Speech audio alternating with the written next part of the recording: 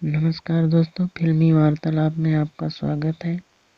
दोस्तों, भोजपुरी के power star Pawan Singh का लॉलीपॉप लागेलू गाना तो आप लोगों ने सुना होगा।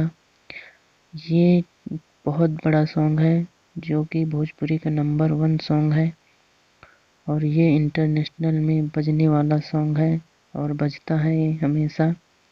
जब से रिलीज हुआ आज भी ये गाना सुना जाता है। और आपको बता दें कि इस गाने को लिखे थे जाहिद अख्तर जी ने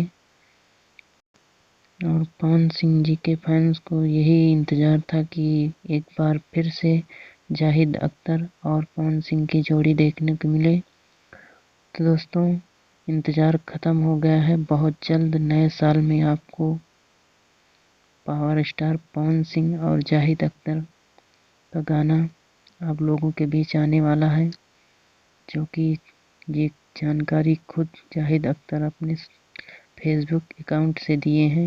उन्होंने एक पोस्ट किया है जिस पोस्ट में लिखा है कि नए साल में बहुत जल्द पावर स्टार पवन सिंह और जाहिद अख्तर जी की जोड़ी आप लोगों और देखने को मिलेगी। जानकारी अच्छी लगी हो तो वीडियो को लाइक कर दें और चैनल को सब्सक्राइब ज़रूर कर लेना। जय हिंद, धन्यवाद।